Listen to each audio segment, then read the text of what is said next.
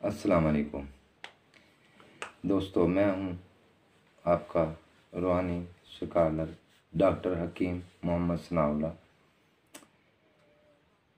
जबराइल रूहानी चैनल की जानिब से आपकी खिदमत में हाज़िर हूं, एक नया अमल लेके। ऐसा अमल कि जिसके करने से आपकी तमाम मुश्किलात हल हो जाएं। तो आपने ऐसा करना है, ये अमल सूरह इखलास से है, पाक कुरान मजीद से है। 30वें पारा में है सूरत इखलास। इससे ये अमल है, आप इसको करेंगे और इंशाअल्लाह ताला मुझे दुआ में याद रखेंगे कि मैंने आपको चीज़ दी है। तरीका है कि आपने नमाज इशा के बाद 2 रकात नफल हाजात पढ़ने हैं। पहली रकात में आपने सूरह फातिहा पढ़नी है। इसके पढ़ने के बाद आपने सूरत इखलास को 3 मरतबा अदा करेंगे। दूसरी रकात में भी सूरह फातिहा के बाद आपने सूरह इखलास को 3 मरतबा पढ़ना है।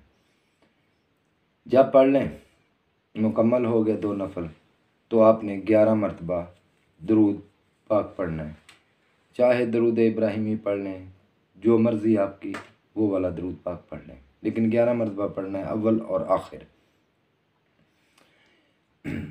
तो आपने फिर पढ़ना है 21 मरतबा ये दुआ पढ़नी है।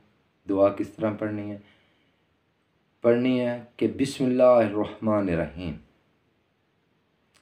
कुल हुवल्लाहु अहद के वास्ते, अल्लाहुस्समद के वास्ते, लम यालिद के वास्ते, लम यूलद के वास्ते, लम युकुल्लाहु कुफुवन अहद के वास्ते, या हुसैन इब्ने अली अलैहिस्सलाम के वास्ते, फ़ी सबिल्लाह फ़लाँ बिन फ़लाँ।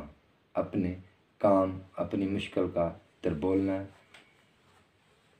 जो भी काम है हल हो जाए इस मदद के वास्ते।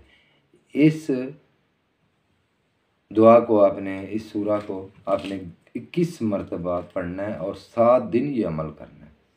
नमाज इशा के बाद 7 रोज़ तक इंशाअल्लाह ताला 7 दिन में आपका जो भी मकसद होगा वो आपको मिल जाएगा, वो हल हो जाएगा। और आप बाद में आपने अपने मकसद की दुआ फरमानी है। और ये मैंने हाथ से भी लिखा है ताकि ये भी आपकी मैं नज़र करता हूँ, ताकि आपको समझने में कोई मुश्किलात पेश ना आए। इस अमल के लिए इजाज़त का लेना ज़रूरी है, वगरना रज्जत हो जाएगी। इजाज़त कैसे है कि आपने मेरे चैनल को सब्सक्राइब करना है, दोस्तों से शेयर करना है और लाइक करना है, और आपकी इजाज़त हो गई और आप इस अमल को शुरू कर लें। इंशाअल्लाह ताला अल्लाह ताला आपको इस अमल की बरकत से कामयाबी अता फरमाएंगे। इसके साथ दोस्तों मैं आपसे इजाज़त चाहूँगा।